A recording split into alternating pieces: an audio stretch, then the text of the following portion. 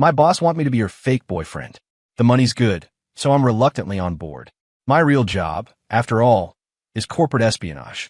When it comes to acting, I've never lost. Until I saw the line of text floating over her head. You little punk. Let's see how long you can keep this act up. The twitch in my eyelid started the moment Isabel Vance called me into her office. She was sitting behind a desk big enough to land a helicopter on, tapping a perfectly manicured finger on its polished surface. Ethan, she said, her voice cool and measured. I have a side job for you. Interested? I stood ramrod straight, my mind racing through every project file I'd touched in the last month. I couldn't think of a single mistake. Of course, Ms. Vance. What is it? She slid a single piece of paper across the desk.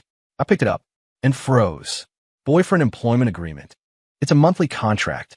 $20,000 a month base, Isabel said, her tone as casual as if she were discussing the weather. You'll be on call whenever I need you. I stared at the paper, my brain kicking into overdrive. It sounded easy. The pay was insane, but I couldn't seem too eager. Ms. Vance, I don't think this is appropriate. 30,000. It's not about the money. 40. She lifted her gaze to meet mine. Plus exclusive use of a company car. I took a deep breath and placed the agreement back on her desk. Ms. Vance, I'm not that kind of guy. 50,000 a month. Isabel leaned forward slightly, her eyes like chips of ice. That's my final offer. I held the silence for 3 full seconds. Then I picked up the pen. When do I start? She signed her name, a sharp, aggressive slash of ink. Now, what exactly are my duties?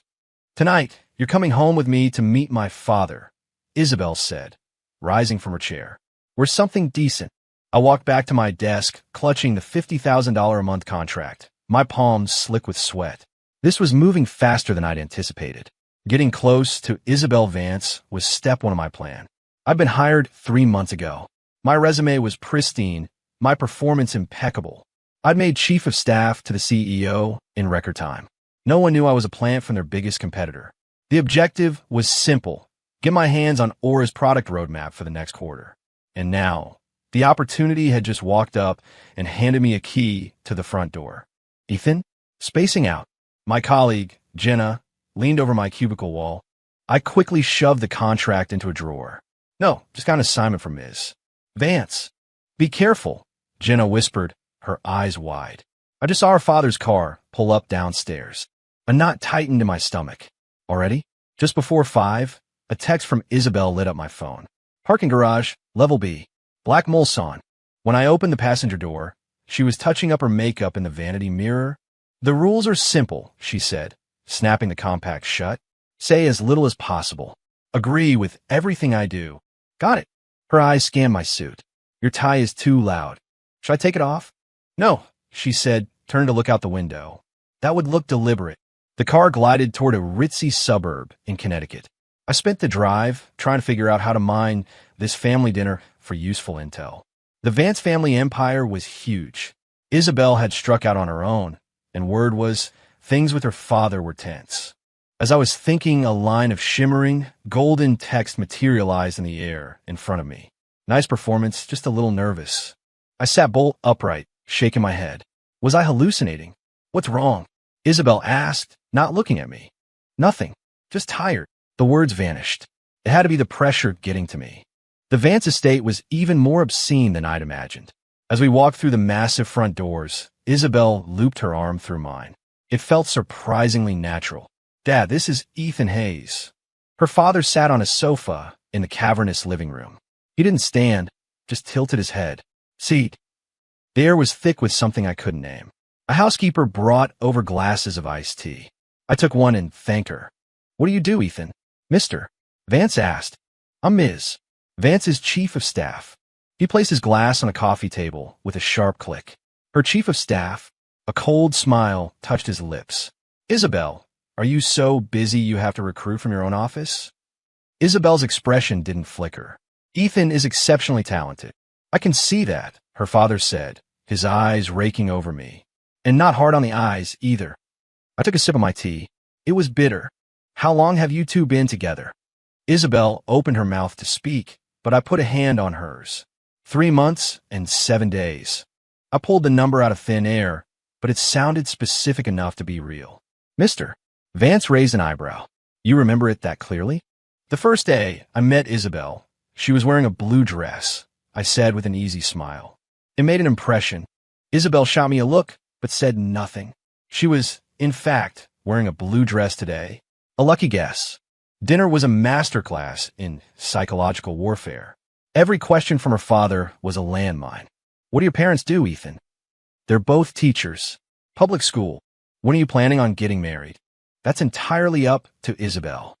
I answered every question flawlessly, but my shirt was sticking to my back. Isabel chimed in occasionally, but mostly she ate in silence. Her performance was better than mine. She really looked like a woman bringing her boyfriend home to meet the parents. It wasn't until I went to the restroom and was walking back down the hall that I overheard their conversation. Caleb Thorne gets back from London next month. You'll make time to see him. I have a boyfriend, Dad. That secretary? Her father's voice was laced with ice. He's a fun diversion, Isabel. Don't mistake him for the real thing. I froze, hidden in the shadows of the hallway. And then the golden text appeared again, floating in the air just beyond the doorway. Time for his entrance. What's taking so long? My breath hitched. This was not a hallucination. I strode back into the dining room. Everything okay? I asked Isabel. My phone, I said, pulling her to her feet with a gentle tug. I think I left it in the car. Walk with me. She hesitated for a fraction of a second, then stood. Dad, we'll be right back. The air in the garage felt blessedly cool. Nice work in there, Isabel said, leaning against the Bentley. Glad you were satisfied, Miss Vance. She pulled a slim cigarette from her purse and lit it. Mind? Go ahead. In the brief flare of the lighter, another line of text shimmered above her head. Better than the last actor. The last actor? A chill went down my spine. Ms. Vance, have you done this before? She exhaled a plume of smoke and laughed, a low, humorless sound. What's the matter, Ethan?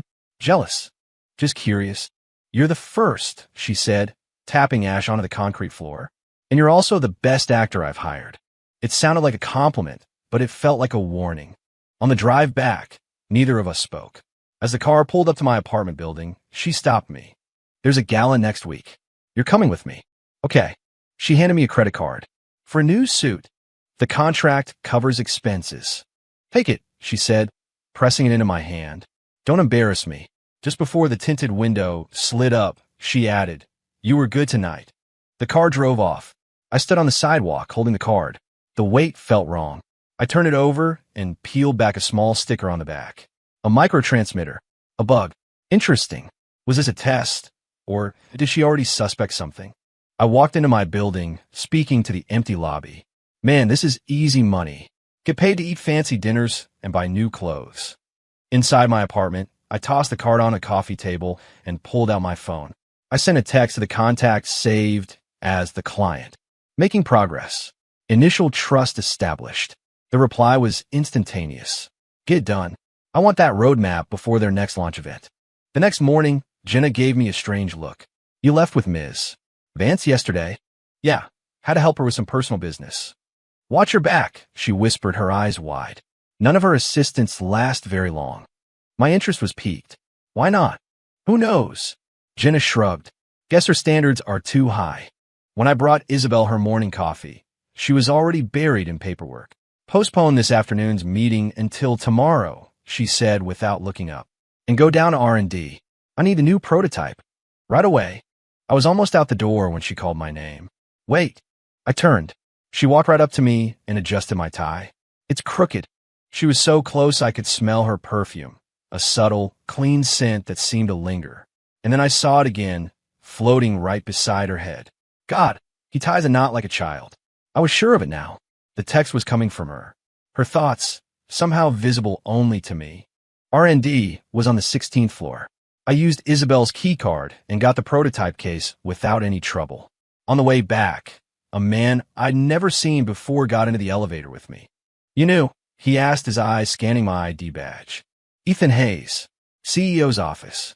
He gave me a knowing, condescending smirk. Good luck with that.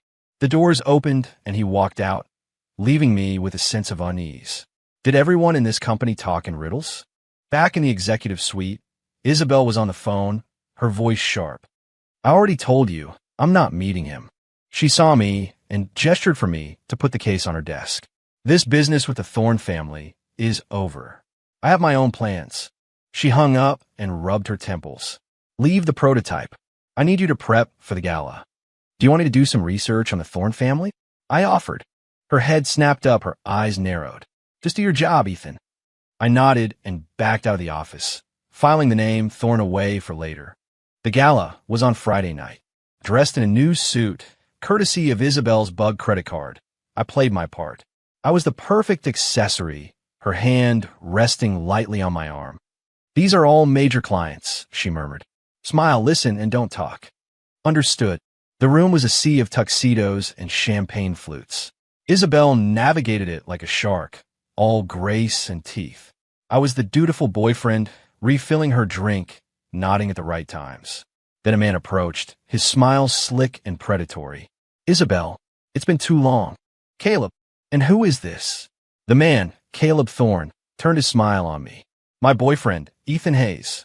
Caleb extended a hand. A pleasure. His grip was like a vice. I hear you have a rather important position at Isabel's company. I'm her chief of staff. Ah, he said, drawing the word out. The staff. Isabel's grip tightened on my arm. If you'll excuse us, we need to speak with Mr. Chun. As we walked away, she muttered, don't let him get to you. I won't. She glanced at me. You're clenching your fists. Halfway through the night, I slipped away to the restroom. On my way back, I heard their voices coming from a secluded alcove. Do you really think hiring an actor is going to solve your problems? Caleb was saying. This has nothing to do with you.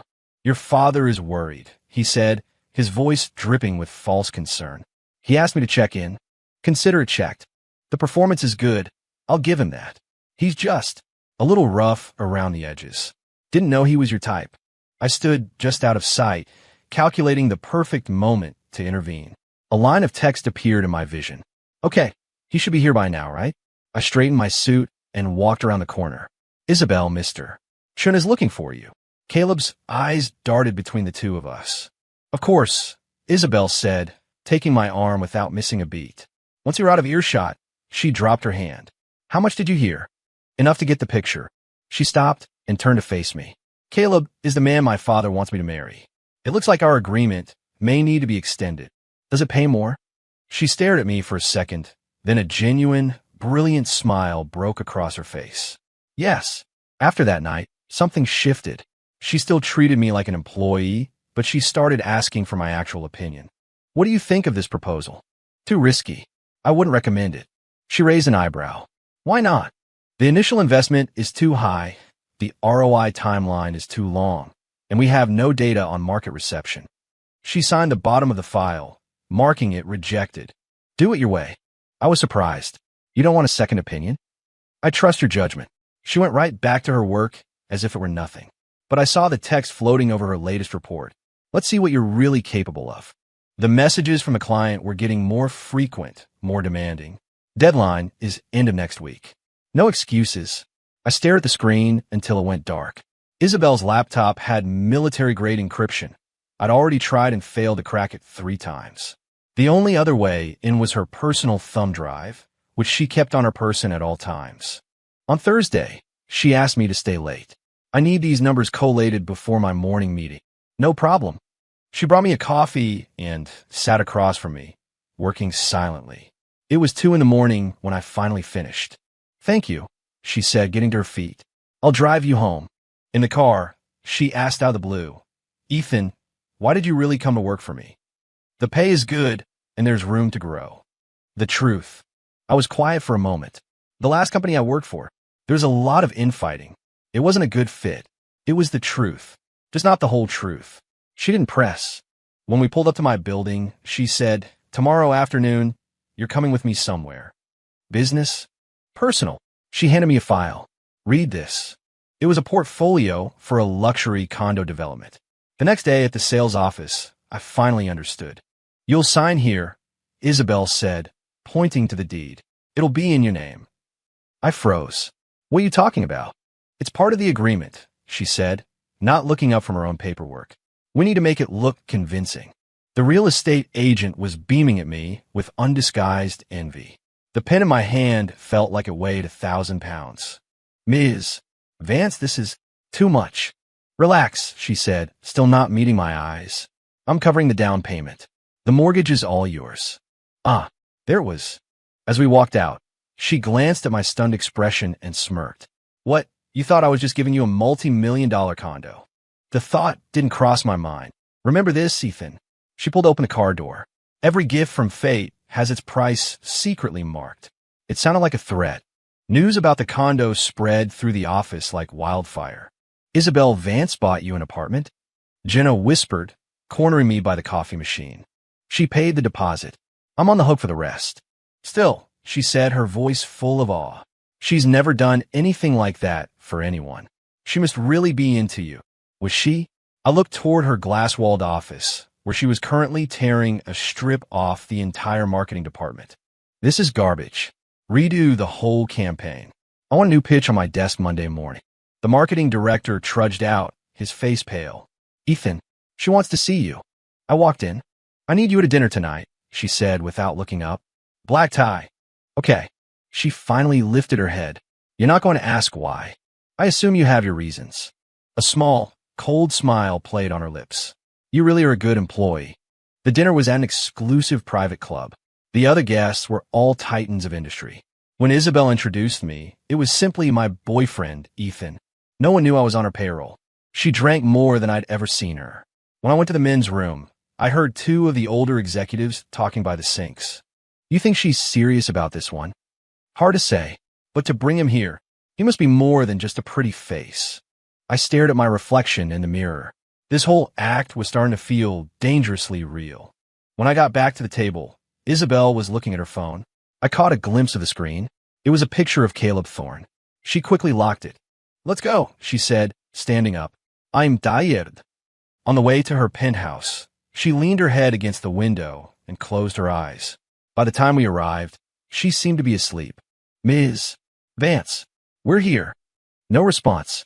I hesitated, debating whether to wake her, but I saw her eyelids flutter. She was faking. Isabel, I said a little louder. She woke with a start. Are we here? Do you need help getting upstairs? I'm fine. She got out of the car, her steps perfectly steady. But just before she closed the door, I saw the text float in the dark interior of the car. He's really not going to walk me up. Saturday morning, my phone rang. It was Isabel. Get to the office. Emergency meeting. When I arrived, she was standing over a pile of documents spread across her desk. The product plans were leaked, she said, her voice dangerously calm. She shoved a folder at me. This is a list of everyone who had access. My heart hammered against my ribs. My name was on that list. When did this happen? Yesterday afternoon. She stared at me, her eyes drilling into mine. Where were you? I was downstairs at the cafe, getting us coffee, I said, keeping my voice even. I still have the receipt, if you need to see it. She held my gaze for a long, unbearable moment. That won't be necessary. After the disastrous meeting, she asked me to stay behind. Ethan, I need you to tell me it wasn't you. It wasn't me. It better not be. She turned and looked out the panoramic window. Do you know why I left my father's company to start this one? I heard you had creative differences. He wanted to use my marriage as a business transaction, she said, her voice flat. Just like he's trying to do now. I said nothing. You can go, she said, her back still to me. Thanks for coming in. Standing in the elevator, my heart was still racing. I had stolen the product plans, but I hadn't leaked them. Someone had beaten me to it. Who? My phone vibrated. A text from a client. Well done. Final payment has been transferred. I stared at the words, a cold dread washing over me. This wasn't my work. Back in my apartment, I opened my laptop and tried to trace the source of the leak. It didn't take long. Every digital fingerprint, every scrap of data pointed directly to my IP address. I'd been framed. Monday morning, I got to the office before anyone else. Isabel wasn't in yet. I sat at my desk and frantically tried to cover my tracks. You're here early. Her voice made me jump. I nearly knocked my coffee over. Morning, Ms. Vance, I said, closing the incriminating browser window. Just getting a head start on the day. She just stood there, watching me. Over her shoulder, a single line of text glowed in the dim morning light. Keep acting. Just keep digging that hole. She was a perfect professional all day. but I could feel the tension humming beneath the surface. Just before I left, she handed me a thick binder. "Read this tonight. I want a full summary on my desk in the morning." Of course. I opened it at my desk. Every page was blank, except for the very last one. Scrawled in red ink was a single line. "Tonight, 8 p.m., the Bluebird Cafe." No signature. I was there at 7:55.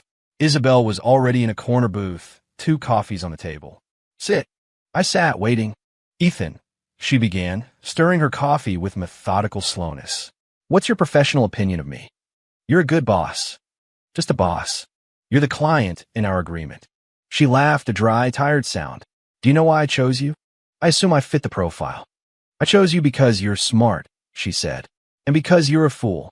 She slid an envelope across the table. I opened it. Inside were printed copies of every single text message I had ever exchanged with the client. "Care to explain?" I looked at the pages, the blood draining from my face. "How long have you known?" "From the beginning," Isabel said, taking a sip of coffee. "Your resume was flawless. Almost too flawless. So I had someone hire the man you listed as your primary reference." I stared at her, uncomprehending. "What?" "It means, Ethan," she said, putting down her cup, "that I chose you for this job long before you ever walked into my office." "Why?" "I needed someone who looked like a corporate spy," she said, "to draw out the real one." "So this whole thing was a setup?" "Yes," she said, her eyes fixed on mine. "And you played your part even better than I'd hoped." I was still trying to process it. "The leaked product plans." "I leaked them myself," she admitted, "to force the real mole's hand." "So what do you want now?" "A partnership," Isabel said. "A real one. I'm going to need a reason." "Caleb Thorne isn't just my father's puppet," she said, her voice dropping. "He's been embezzling from this company for years. He's gutting it from the inside. And you have proof?" She slid a small thumb drive across the table. "It's all in there." I picked it up. It felt impossibly heavy. "Why me?" "Because you're smart, you're hungry, and you're not afraid to get your hands dirty," she said with a faint smile. "And besides, you were already building your own case against him, weren't you? As an insurance policy." She even knew about that. "What do I have to do?" "Keep playing your part," she said. "We're just changing the script." "And my compensation?" 10% of the company," she said without blinking. "When we win." The number was staggering. "Deal." She extended her hand. "Welcome to the team." As our hands clasped, I saw one last line of text appear above her head. "I really hope I'm not wrong about you." Our new partnership began the next day. It was business as usual. I managed her schedule, prepped her files, took her calls. But now I had a new, secret project, building the case that would destroy Caleb Thorne. Isabel gave me clearance I'd only dreamed of. Suddenly, I had access to the company's core financials. "This is last quarter's P&L, she said, dropping a thick report on my desk. "Find the problem." It took me all afternoon. "Here," I said, pointing to a line item. "Procurement costs for raw materials are 30% above market rate. The supplier was recommended by Caleb," she said. "I need to see the detailed transaction logs." "Already pulled them for you." She handed me another folder. I looked up at her. "You've had all of this ready for a while, haven't you?" "I was just waiting for the right person to help me execute the plan," she said. Jenna was starting to get suspicious. "You and Ms. Vance are spending a lot of time together lately. Just a big project." "Be careful," she whispered. "Mr. Thorne was in HR yesterday, asking about you." "What about?" "He wanted to know if you were really her boyfriend," Jenna said. I told him I had no idea. I nodded. "Thanks." "Ethan," she hesitated. "Are you? What do you think?" "Honestly? No," she said, shaking her head. "You don't look at her like you're in love." She was a sharp observer. Caleb finally made his move. He cornered me in the elevator. "Mr. Hayes, a moment of your time?" "Of course." "Let's not play games," he said with a greasy smile. "Whatever Isabel is paying you, I'll double it." "I don't know what you mean." "Don't insult my intelligence," he hissed, leaning closer. "I know who you really work for." My face remained a blank mask. "I think you're mistaken, Mr. Thorne." "Am I?" he said, straightening his tie. "What do you think will happen when I tell Isabel who you really are?" "Feel free." The doors opened and I walked out. "You'll regret this," he called after me. I went straight to Isabel's office and told her everything. "He's getting desperate," she said. "What's our next move?" "We press our advantage." She picked up her phone. "Give me the CFO. Tell him I'm initiating a full departmental audit effective immediately. The news spread fast. That afternoon, Caleb stormed into her office. "What the hell is this?" "A routine audit," Isabel said calmly. "We do one every fiscal year." "Why wasn't I notified before finance?" "Because you're a vice president," she said, looking up at him, "not the chairman of the board." Caleb left, his face a mask of fury. As he passed my desk, I saw text flash above his head. "That bitch. She'll pay for this." So it wasn't just Isabel. Interesting. The audit was a nightmare. Caleb's people stonewalled us at every turn. The files appear to be corrupted. The project lead is on an unexpected leave of absence. You don't have the clearance for that. Isabel and I worked late into the night, fueled by stale coffee. "This is too slow," I said. "You have a better idea?" "We attack from the outside," I said, pulling up a file on my laptop. "These suppliers. I have people who can look into them. Are they reliable?" "Former colleagues," I said. It was true. I just omitted which ones. Isabel thought for a moment. "How long will it take?" 3 days. "Do it." She stood and grabbed her coat. "I'll drive you home." "You don't have to. I can." "It's an order." The car was silent. At a red light, she asked, "What did you do before all this?" "I was a management consultant." "Why'd you leave?" "Like I said, infighting." The truth. The truth. The light turned green. She spoke so softly I almost didn't hear her. "I'm tired of fighting too." On the third day, I got the smoking gun. The incorporation documents for a shell company that was receiving the bulk of the supplier payments. The director was Caleb's brother-in-law. "This is good," Isabel said, looking over the documents. "It gets better," I said, pointing to another file. "The money is being funneled from there into an offshore account. Can you trace it?" "It'll take time." She shook her head. "We're out of time. My father flies back into the country tomorrow. So we end this." She gathered all the evidence and locked it in her private safe. "Tomorrow, you're coming with me." "Where?" "The family estate." The atmosphere at the house was even heavier than the first time. Mr.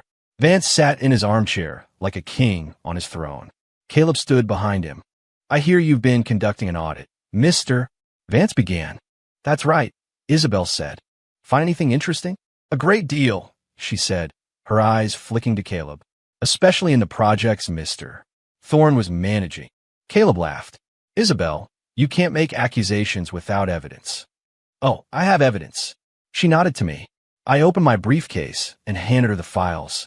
She laid them out, one by one, on the coffee table in front of her father. Caleb's face grew paler with every page. "This is circumstantial," Mr. Vance said after a long silence. "And this?" Isabel produced the thumb drive. It contained a recording of Caleb on the phone with the supplier, discussing kickbacks. A 30% cut, same account as last time. Caleb lunged for the drive, but I stepped in his way. "Easy, Mr. Thorne. It's fake," he yelled. "All of it is fabricated." "Mr. Vance held up a hand, silencing him. He looked at his daughter. "What do you want?" "Two things," she said. "First, Caleb is out of the company. Second, you will never interfere in my personal life again." Her father stared at her for a long time. Then, a slow smile spread across his face. "You've grown up." He stood and turned to Caleb. "Pack your things." Caleb looked at him, bewildered. "Uncle, get out." On the drive back, Isabel stared out the window. "Do you know why he agreed so easily?" The evidence was undeniable. "No," she shook her head. "It's because he found a better merger opportunity." "What do you mean?" "The Thorne family is imploding," she said. "News broke this morning. Their primary holding company is on the verge of bankruptcy." "Of course. So your father cut his losses," she finished, a bitter smile on her face. "He always does." The car stopped in front of the office building. "The agreement is terminated," she said. I blinked. "And you're free to go," she said, holding out a check. "Your final payment." I didn't take it. "What about the shares?" "That was just bait to keep you motivated." I looked at her, and she looked right back, her expression unreadable. "I know," I said, but I took it seriously. I moved out of my company-sponsored apartment and into a small place on the Lower East Side. I started looking for a new job, but my resume, once golden, had turned to lead. Every application I sent vanished into a black hole. My old handler called me. "You cost me a lot of money. The feeling's mutual. I'll make sure you never work in this city again." Go for it. I hung up and went back to rewriting my cover letter. Then my doorbell rang. It was Isabel. How did you find me? I can find anyone if I want. She stepped inside, her eyes sweeping over the tiny apartment. It's temporary. She placed a file on my coffee table. Look at this. It was a share transfer agreement. 10% of Aura. What is this? I changed my mind, she said. Why? Because you were the only person in this whole mess who kept their word. I signed the papers. When I returned to the office, my job title had changed. Vice President. Jenna stared at me, her mouth agape. You and Ms. Vance are colleagues. I don't believe you. Okay. Isabel gave me a new corner office, twice the size of my old one. Your first assignment, she said, is to clean house. Understood. I spent the next 3 months restructuring the company, purging Caleb's loyalists, and rebuilding the executive team. The company stabilized, then started to thrive. At the party to celebrate our record-breaking quarter, Isabel had too much champagne. I drove her home. Ethan, yeah. Do you hate me? No. Why not? We both got what we wanted. She laughed. I suppose we did. When we got to her building, she didn't get out of the car. That bug on the credit card, she said. Was it you who found it? Yes. Why didn't you say anything? It wasn't the right time to show my hand. She leaned closer, her eyes searching mine. And now? Now what? Do we still need to act? I didn't answer. She kissed me. I woke up the next morning in her apartment. She was already in the kitchen, making coffee, acting as if nothing had happened. What's on your schedule today? She asked. Board meeting at 10, client lunch at 1. Okay. We ate breakfast in silence. Finally, she put down her fork. Last night, I'd had too much to drink, I said, cutting her off. She looked startled for a second, then nodded. Me too. We went to the office in separate cars. We didn't see each other all day. As I was packing up to leave, she sent me a text. Are you free tonight? Have to work late. Okay. I was working late. While organizing some old files, I found a watch she'd left in my office weeks ago. It was delicate, expensive. I decided to return it. Her office door was unlocked. She'd fallen asleep at her desk, her head resting on her arms. Her computer screen was still on. I gently draped my jacket over her shoulders. That's when I saw the email she'd left open. The Harrison family has proposed a merger. We should discuss. Their eldest son is very interested in you. It was from her father. I backed out of the room without making a sound. The next day, she was all business. I'm taking a personal day this afternoon, she announced. Okay. I didn't ask why, but she told me anyway. I have to meet someone. Right. She looked at me, as if waiting for me to say something. When I didn't, she turned and left. I followed her. I watched her walk into a high-end restaurant in Midtown. Through the plate glass window, I could see the man sitting across from her. He had the polished, easy confidence of old money. I stood across the street for a long time. Then I went back to the office. That night, she called me. Where are you? The office. I'm coming over. She arrived smelling of wine and expensive perfume. How did it go? I asked. How did it go? Your date. She smiled, a sharp, challenging smile. Jealous. Curious. It was a business proposal, she said. Same role you used to play. Congratulations. She slammed her glass down on the table. I turned him down. Why? The company doesn't need a merger. Is that the only reason? She stared at me. What other reason do you want to hear? I didn't say anything. She stood up. I'm going out of the country next week on business. For how long? A month. Do you need me to come? No. She walked to the door, then turned back. Ethan, what are we? We'll talk when you get back. She nodded, and then she was gone. I sat alone in the vast, empty office until dawn, trying to make sense of the last 6 months. It started as a game of mutual exploitation. Now, it was something I couldn't define. My phone rang. It was her. My flight is the day after tomorrow. That's fast. Sooner I go, sooner I'm back. Have a safe flight. After I hung up, I made a decision.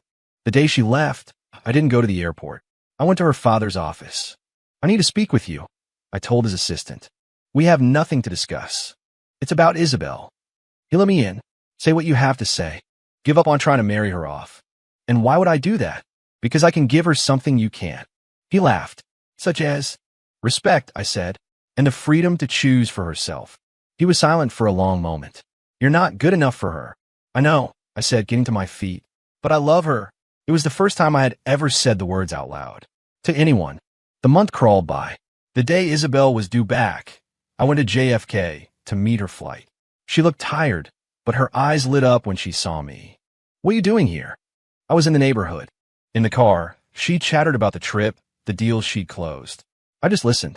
Finally, she stopped. Why are you so quiet? I'm listening. She looked out the window. I did a lot of thinking this past month. About us. This relationship. And what's the conclusion? It's too complicated. I nodded. I agree. When we got to her building, I put the car in park. She hesitated. Aren't you coming up? It's late. Oh, I was about to leave when she spoke again. My father told me you paid him a visit. I did. What did you talk about? He told me I wasn't good enough for you. And what did you say? I told him I agreed. She didn't say anything, just got out of the car. The next day, it was like a wall had gone up between us. We were both buried in work, barely speaking. Jenna, now my chief of staff, knocked on my door. Is Ms. Vance okay? She's chewed out 3 department heads this morning. When I walked into Isabel's office, she was screaming at a project manager. This is unacceptable. Fix it or you're fired. The manager scurried out, looking relieved to see me. Mr.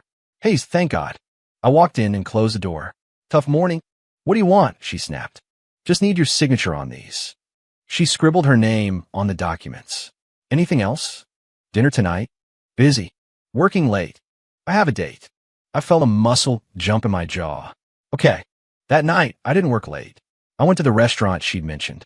I saw her sitting with the same man from before the trip. I took a table in the back and watched her. She was flawless. The perfect smile, the elegant gestures. She was playing a role, the same one I used to play. She saw me. A flicker of shock crossed her face before she masked it. I finished my drink and was about to leave when she suddenly stood up and walked straight to my table. Are you following me? It's a coincidence. I don't believe you. That's your prerogative. The man joined us, looking confused. Isabel? Who's this? He's my boyfriend, Isabel said. Both of us stared at her. Outside the restaurant. She was still furious.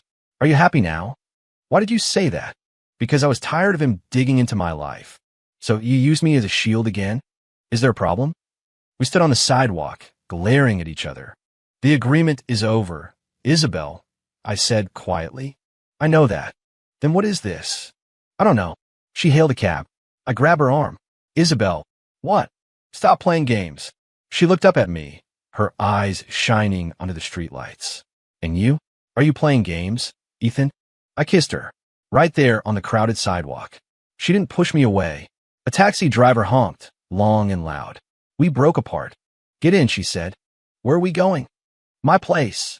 The ride was silent. Her hand was cold, so I took it in mine. She didn't pull away.